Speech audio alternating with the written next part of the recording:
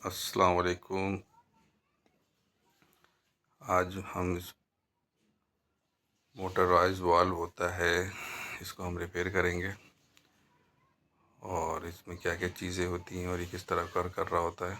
तो आज इस पर हम डिस्कस करेंगे और इसको रिपेयर करेंगे। तो ये इसका मेन गियर है जो हम इस पर ग्रीस लगा रहे हैं। ये हाई टेम्परेचर ग्रीस है जो इस पर काम करेगी, क्योंकि ये बॉयलर पे लगा होता है, वहाँ टेम्परेचर बहुत ज़्यादा होता है जिसकी वजह से नॉर्मल ग्रीस काम नहीं करती। ये हाई टेम्परेचर ग्रीस है, 400 से 500 डिग्री तक ये बेयर कर सकता है और इस पर अच्छा वर्क कर सकता है।